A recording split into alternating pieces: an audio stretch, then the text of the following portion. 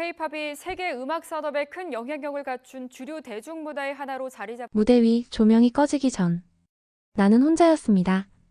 사람들은 나를 그저 팬이라고 불렀고 나도 스스로를 믿지 못했습니다. 하지만 단 3분 내 진심을 춤에 실었고 내 이야기를 노래에 담았습니다.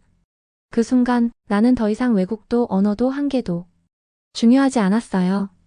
오히려 나를 만든 건 그 모든 부족함이었으니까요. 그리고 처음으로 누군가가 내게 말해줬습니다. 당신의 진심이 느껴졌습니다. 그 말 한마디가 내 인생을 바꿔놓았습니다. 본격적인 이야기에 앞서 잠시 1초 구독과 좋아요는 늘 힘이 됩니다. 진짜야? BTS를 몰라? 중학교 2학년이던 어느 날 점심시간에 친구 제이미가 그렇게 말하며 제 핸드폰에 뭔가를 틀어줬어요. 화면 속 7남자들이 군더더기 없는 동작으로 춤을 추고 마치 이야기하듯 노래를 부르고 있었어요. 낯선 언어, 생소한 리듬, 하지만 묘하게도 따뜻한 에너지. 처음엔 그저 음악이었어요. 그런데 듣고 또 듣다 보니 이상하게 그 음악이 저한테 말을 거는 것 같았어요. 괜찮아. 넌 혼자가 아니야. 그렇게 저는 처음으로 K-팝을 느끼게 됐습니다. 그날 밤 유튜브 알고리즘이 절 새로운 세계로 안내했어요. 세븐틴, 블랙핑크, 스트레이키즈, 르세라핌. 그들의 무대 하나하나가 너무 완벽했고 너무 진심이었고 무엇보다 저 같은 사람에게도 말 걸어주는 듯한 느낌이었어요. 그때부터 저는 매일 K-팝을 보기 시작했어요. 처음엔 안무가 멋있어서 따라하기 시작했고 그러다 자연스럽게 노래까지 흥얼거렸죠. 발음은 정말 형편없었어요. 사랑해를 사랑해로 괜찮아를 괜찮아라고 읽었으니까요. 그런데 그게 너무 재밌었어요. 영어 자막과 한글 가사를 같이 보면서 하나하나 뜻을 맞추는 퍼즐 같았거든요. 그러다 어느 순간 한글 자막 없이도 감정을 이해할 수 있게 되었어요. 눈빛, 표정, 리듬, 그리고 한마디의 떨림. 언어가 아니라 감정으로 전해지는 음악. 나는 한국어를 배우는 게 아니라 감정을 배우고 있었던 거예요. 고등학교에 올라가서는 댄스 동아리에 들어갔어요. 다른 아이들은 힙합, 팝 안무를 했지만 저는 늘 K-팝을 고집했어요. 처음엔 선생님도 의아해하셨죠. 유나, 넌 한국어도 잘 못하는데 왜 굳이 K-팝이야? 저는 대답했어요. 그냥 좋아서요. 제 심장이 그쪽으로 뛰고 있어서요. 사실 저는 태어난 것도 자란 것도 미국이에요. 영어가 제 첫 언어고 김치보다는 피자와 타코를 더 많이 먹고 자랐죠. 하지만 제 부모님은 모두 한국계 이민자들이었어요. 집에서는 종종 한국어가 섞인 대화가 오갔고 설날엔 한복을 입기도 했어요. 그런데 전 늘 어중간했어요. 한국 사람들과 있으면 외국인 같아라는 말을 듣고 미국 친구들과 있으면 너네 집은 좀 다른 애라는 소리를 듣죠.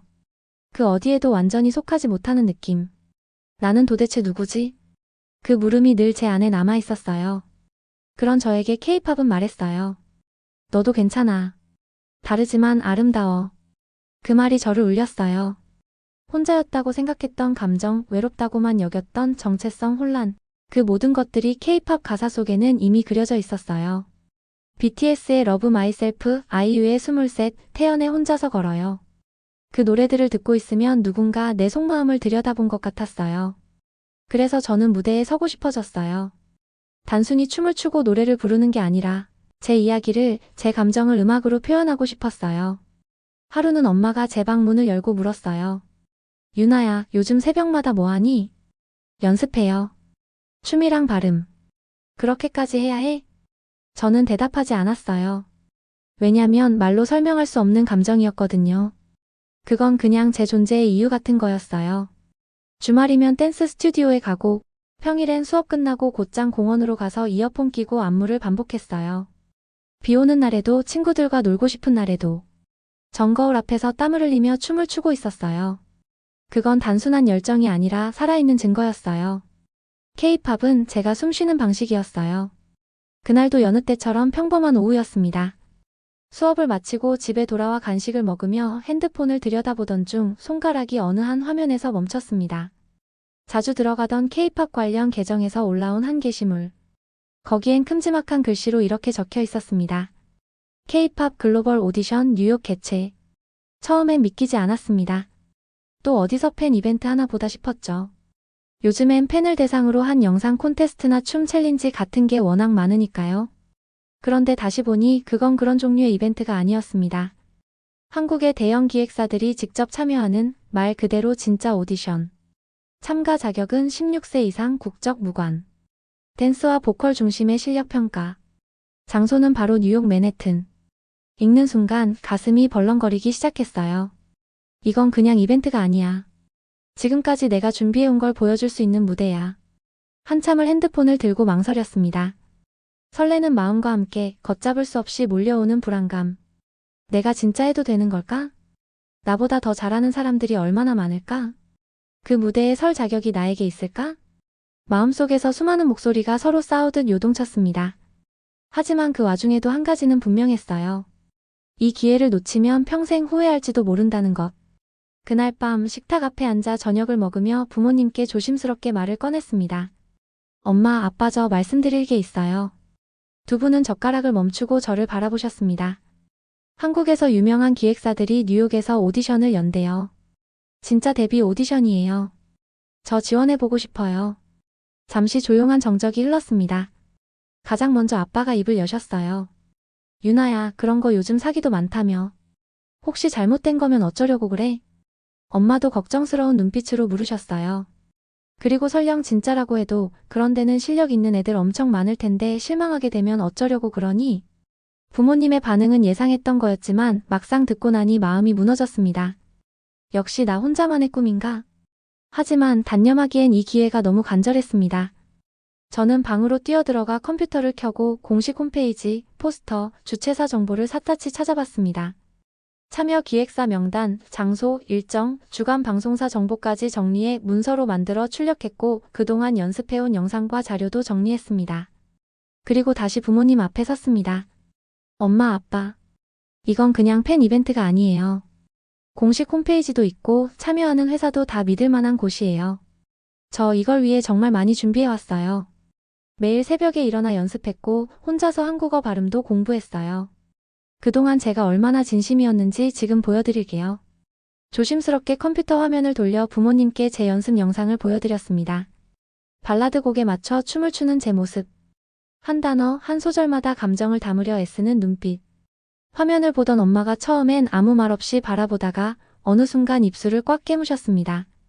영상이 끝나자 아빠가 조용히 한마디 하셨어요. 이 정도로 진지했는지는 몰랐네. 그 순간 엄마가 고개를 끄덕이며 말씀하셨습니다. 그래, 유나야. 정말 하고 싶은 거라면 해봐. 하지만 약속해줘. 학교 공부도 소홀히 하지 않고 몸 망가질 만큼 무리하지 않겠다고. 저는 고개를 깊이 숙이며 대답했습니다. 네. 정말 감사합니다. 후회하지 않게 준비할게요. 다음 날부터는 오디션 신청 준비에 돌입했습니다. 신청서엔 이름과 생년월일, 지원 분야, 연락처 외에도 자기소개서가 포함되어 있었어요. 거기에 저는 이 마음을 담았습니다. 제가 태어난 곳은 미국이지만 제 심장은 한국 음악으로 뛰고 있습니다. K-팝은 단지 취미가 아닌 제 삶의 언어이며 제가 누구인지 증명할 수 있는 무대입니다. 자기소개 영상도 함께 제출해야 했습니다. 1분 30초 안에 저라는 사람을 보여줘야 했기에 구성이 정말 중요했어요. 발라드 곡 한 소절로 감정을 표현하고 이어지는 댄스에서는 에너지를 보여주며 마지막은 한국어로 진심을 담은 인사를 넣었어요. 안녕하세요. 저는 뉴욕에 살고 있는 유나입니다. 이 무대를 통해 제가 얼마나 진심으로 K-팝을 사랑해왔는지를 보여드리고 싶습니다. 영상 촬영은 쉽지 않았습니다. 조명, 의상, 배경, 표정 하나하나까지 신경 써야 했고 몇 번이나 눈물이 터질 뻔했습니다. 실패와 NG를 반복하며 친구 제이미와 밤늦게까지 연습을 거듭했죠. 유나, 충분히 잘했어. 이제 그만 찍자. 하지만 저는 만족할 수 없었어요. 조금만 더라는 마음이 너무 컸습니다. 결국 10번째 영상을 선택했습니다. 손가락이 떨려서 제출 버튼을 누르는데도 시간이 걸렸어요. 이걸 누르면 진짜 시작이야. 신청서와 영상을 전송한 그날 밤 저는 잠을 이루지 못했습니다. 무대에 서는 상상을 하다가 웃음이 나다가도 혹시 떨어지면 어쩌지 하는 생각에 가슴이 철렁 내려앉았습니다. 그리고 2주 뒤 학교에서 돌아온 어느 날 익숙한 발신자의 이름이 화면에 떴습니다. K-팝 오디션 운영팀. 축하합니다. 1차 서류 심사에 합격하셨습니다. 예선은 3주 후 맨해튼 스튜디오에서 진행됩니다. 눈을 여러 번 비볐습니다. 그 문장은 분명히 존재하고 있었고 그 안에 쓰여있던 이름도 분명히 유나였습니다. 예선 오디션 날이 다가올수록 마음이 조여왔습니다. 머리로는 준비를 철저히 했다고 믿으려 해도 가슴은 매일 두근거렸고 손끝은 사소한 것에도 떨렸어요. 혹시 음이탈이라도 나면 어쩌지? 안무 중에 실수하면 어떡하지? 거울 앞에 설 때마다 자신에게 말했어요. 괜찮아, 유나. 지금껏 네가 흘린 땀이 거짓이 아니야. 오디션 전날 저는 마지막 연습을 마치고 혼자 거울을 보며 속삭였어요. 이건 단순한 기회가 아니라 너의 인생이야. 무조건 보여줘야 해. 진심을. 드디어 오디션 당일. 맨해튼 중심에 위치한 큰 스튜디오 앞에 도착했을 땐 이미 수많은 참가자들이 긴 줄을 서 있었어요. 아시아계, 백인, 흑인, 다양한 인종의 사람들이 K-팝이라는 이름 아래 한자리에 모여 있었죠. 한 명 한 명이 다 간절해 보였고 너무도 잘 준비돼 보였어요. 대기실에서는 긴장감이 감돌았어요. 한쪽에선 소리를 지르며 발성을 하고 다른 쪽에선 마지막 안무 동작을 반복 연습하는 모습들. 그 모습을 보는 것만으로도 주눅이 들었습니다. 나는 너무 부족한 게 아닐까?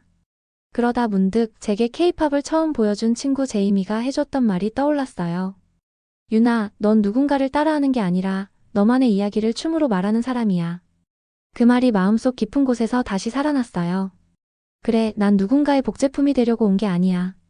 내가 누구인지 내 안의 진심을 보여주기 위해 이 자리에 선 거야.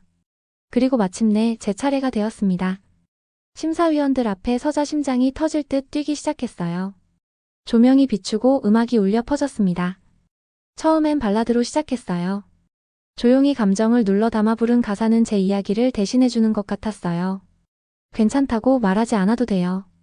눈물이 말해주니까요. 음악 속에서 제 과거, 외로웠던 시간들, 거울 앞에서 혼자 울며 춤추던 밤들이 하나둘 떠올랐어요. 그리고 후반부. 갑작스러운 음악의 전환과 함께 강렬한 비트가 쏟아졌습니다. 몸이 저절로 반응했어요. 땀을 흘리며 수백 번 연습한 안무. 정확하게 그리고 감정 있게. 단 3분이었지만 그 순간만큼은 온 세상이 조용해졌고 저와 무대만이 존재하는 듯 했어요. 무대가 끝나고 잠시 정적이 흘렀습니다. 그러다 심사위원 중 한 분이 조용히 박수를 치기 시작했고 그 박수는 다른 이들의 손끝으로 전해졌습니다. 그 순간 긴장이 풀리면서 눈물이 왈칵 쏟아졌어요.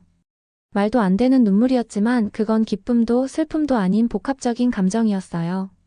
정말로 내 이야기가 전해졌다는 느낌. 드디어 누군가에게 진심이 닿았다. 하지만 그것도 잠시 예상치 못한 일이 벌어졌어요. 오디션 후 참가자들에게 제공된 간단한 간식 타임에서 옆자리에 앉은 한국인 참가자 2명이 수군거리는 걸 들었습니다. 외국인이 또 따라하네. 발음도 안 되는데 왜 저렇게까지 해? 진짜 한국인이 아니면 좀 선 넘지 말지. 그 말이 제 귀에 박혔고 마음속 깊은 상처를 후벼 팠습니다. 내가 아무리 열심히 해도 결국 난 외국인인가? 이 모든 노력도 그저 흉내내는 걸로 보일 뿐인가? 온몸이 얼어붙었고 자신감은 순식간에 무너졌어요. 그날 밤 집에 돌아와서 거울 앞에 선 저는 다시 예전의 유나로 돌아간 느낌이었습니다. 주눅 들고 상처받고 자신을 의심하는 그 모습으로요. 그런데 다음날 기적 같은 일이 벌어졌습니다. 오디션 심사위원 중 한 분으로부터 연락이 온 거예요. 직접 오디션을 진행했던 한국 기획사 관계자였습니다. 유나 씨, 어제 무대 정말 잘 봤습니다. 한국어 발음도 아주 좋았고 무엇보다 춤의 감정이 녹아 있어서 매우 인상 깊었습니다. 그리고 뜻밖의 제안을 하셨어요. 심사 결과와는 별개로 유나의 진심과 태도가 인상 깊었다며 짧은 1대1 피드백 미팅을 가져보고 싶다는 것이었습니다. 그날 작은 회의실 같은 공간에서 심사위원 한 분과 마주 앉은 저는 그동안 마음속에 담아왔던 말들을 꺼냈습니다. 제가 왜 K-팝을 좋아하게 되었는지, 왜 한국어를 배우게 되었는지, 왜 이 무대가 인생에서 가장 간절한 도전이었는지를요. 그분은 조용히 고개를 끄덕이며 말씀하셨습니다. 정말 감사해요, 유나 씨. 어떤 사람이 무대에 오르느냐보다 어떤 마음으로 오르느냐가 더 중요하다고 저는 생각해요. 유나 씨의 무대에는 진심이 있었어요. 그게 가장 감동적이었어요. 그 말을 듣는 순간 어제 들었던 차가운 말들이 하나도 중요하지 않게 느껴졌어요. 세상이 날 인정해주지 않아도 단 한 사람의 진심 어린 인정을 받는다면 그것만으로도 충분히 가치 있다는 걸 그때 처음 알았거든요. 오디션이 끝난 뒤 며칠 동안 저는 이전과는 전혀 다른 감정으로 세상을 바라보기 시작했어요. 합격 여부보다 더 중요한 것을 배웠기 때문이죠. 내가 얼마나 진심으로 살아왔는가, 내 이야기를 누군가에게 전할 수 있는 사람이 되었는가, 그 질문에 드디어 당당하게 고개를 끄덕일 수 있게 된 거예요. 오디션 결과 발표 날 저는 차분한 마음으로 이메일을 열었습니다. 결과는 최종 합격이 아니었어요. 하지만 놀랍게도 몇몇 기획사에서 개별 연락이 왔습니다. 당장 연습생으로 선발되진 않았지만 성장 가능성이 높으니 앞으로도 계속 지켜보고 싶다. 그중 한 회사는 단기 멘토링 프로그램 참여를 제안해 주셨어요. 그 순간 저는 깨달았어요. 이건 끝이 아니구나. 이제 진짜 시작이구나. 가장 먼저 엄마에게 전화를 걸었어요. 엄마, 최종은 아니지만 멘토링 프로그램에 초대받았어요. 엄마는 눈물이 맺힌 목소리로 말했어요. 정말 잘했다, 유나야. 엄마는 네가 얼마나 열심히 해왔는지 알기에 그 자체로 충분히 자랑스러워. 그 이후 많은 것들이 바뀌었어요. 가장 큰 변화는 제 자신감이었어요. 예전에 저는 늘 누가 나를 인정해줄까 하는 의심 속에 살았어요. 하지만 이제는 내가 얼마나 진심이었는지에 대한 확신을 갖게 되었죠. 학교에서도 분위기가 달라졌어요. 그동안 제가 K-팝 얘기만 하면 시큰둥하던 친구들이 진짜 오디션까지 나갔다니 대단해라며 저를 응원하기 시작했고, 심지어 어떤 친구는 나도 춤 한번 배워볼까? 라며 호기심을 보였어요. 부모님도 완전히 달라지셨어요. 아빠는 제 연습 영상 링크를 친척들에게 보내며 자랑하고, 엄마는 한글 공부를 시작하셨어요. 딸이 하는 일을 이해하고 싶어서라며 수줍게 말하시던 엄마의 모습이 아직도 눈에 선해요. 멘토링 프로그램은 정말 소중한 시간이었어요. 매달 한 번씩 온라인으로 피드백을 받고 안무, 발음, 감정 표현, 심지어 인터뷰 대응법까지 배우며 그동안 제가 놓쳤던 것들을 하나씩 채워갔어요. 멘토 선생님이 제게 이런 말을 해주셨어요. 유나 씨는 무대에서 자신만의 색을 가지고 있어요. 문화적 정체성을 고민한 흔적이 무대에 묻어나요. 그건 따라할 수 없는 당신만의 무기입니다. 그 말을 듣고 전 진심으로 울었어요. 그동안 나를 흔들게 했던 그 어중간함이 이제는 오히려 나를 특별하게 만들어주는 힘이 되었어요. 그걸 계기로 저는 제 이야기를 유튜브에 공유하기 시작했어요. 처음엔 단순히 커버 댄스 영상을 올렸지만 조금씩 오디션 후기, 연습 브이로그, 한국어 공부 팁 등을 나누며 점점 더 많은 사람들이 제 채널에 관심을 가져주기 시작했어요. 놀랍게도 전 세계에서 댓글이 달렸습니다. 유나 언니 덕분에 저도 용기 내서 도전해보려고 해요. 브라질에 사는 17살 팬이에요. 저도 한국어 공부 중이에요. 그 댓글들을 보면서 알게 됐어요. 내 꿈이 누군가에게 또 다른 꿈이 될 수 있구나. 올해 여름 저는 뉴욕에서 열리는 K-팝 페스티벌에 퍼포머로 참가합니다. 어도어에서 추천해주신 덕분에 얻은 기회였어요. 관객으로 무대를 보던 내가 이제는 무대 위에서 누군가의 마음을 울릴 수 있다는 생각에 설렘과 떨림이 함께 밀려오고 있어요. 그리고 내년엔 한국에 갑니다. 그동안 꿈꿔왔던 그 땅. 단순한 여행이 아니라 진짜 훈련생으로서의 체험을 하러요. 모든 것이 낯설고 어려울 수도 있지만 그 어떤 날보다도 살아있음을 느끼고 싶어요. 가끔 혼자만의 시간에 거울 앞에 서요. 그리고 묻습니다. 유나야, 넌 지금 어디쯤 와 있니? 그럴 때마다 저는 조용히 속삭여요. 나는 여전히 달리고 있어. 실수해도 괜찮아. 넘어져도 괜찮아. 중요한 건 포기하지 않는 거니까. 누군가는 저에게 물어요. 왜 그렇게까지 K-팝이어야 했어? 저는 이렇게 대답해요. K-팝은 나에게 말이었어요. 나를 표현할 수 있는 언어였고, 나를 사랑하게 만들어준 거울이었어요. 지금도 여전히 부족하고 매일이 도전이지만, 적어도 저는 알게 되었어요. 내가 누구인지, 내가 무엇을 좋아하는 사람인지, 내가 어떻게 세상과 연결되는지를. 지금 이 영상을 보고 있는 여러분, 혹시 지금 누군가와 다르다는 이유로 주눅 들고 있지 않나요? 혹시 자신의 꿈이 현실적이지 않다고 스스로를 속이고 있지는 않나요? 저는 말하고 싶어요. 당신의 진심은 절대 가볍지 않다고. 진심으로 꿈꾼다면 그 마음은 반드시 닿는다고. 저는 아직도 꿈을 꿉니다. 더 큰 무대, 더 진심 어린 퍼포먼스, 더 넓은 세상과의 소통을 위해. 그리고 오늘도 거울 앞에서 춤을 춥니다. 그건 단순한 연습이 아니라 제가 살아있다는 증거이고 세상과 연결된다는 실감이니까요. 혹시 지금 이 영상을 보고 계신 여러분도 무대에 서고 싶은 꿈이 있나요? 세상에 나만의 이야기를 전하고 싶은 간절함이 있나요? 그렇다면 망설이지 말고 오늘 그 첫걸음을 내딛어 보세요. 당신의 진심은 반드시 누군가에게 닿게 될 테니까요. 여러분은 어떻게 들으셨나요? 유나처럼 꿈을 향해 달려본 적 있으신가요? 아니면 아직도 망설이고 계신가요? 여러분의 이야기를 댓글로 들려주세요. 지금 이 순간에도 어딘가에서 또 다른 유나가 자신의 무대를 준비하고 있을지 모르니까요. 더 많은 이야기, 더 진심 어린 무대가 궁금하시다면 지금 구독 버튼과 함께 해주세요.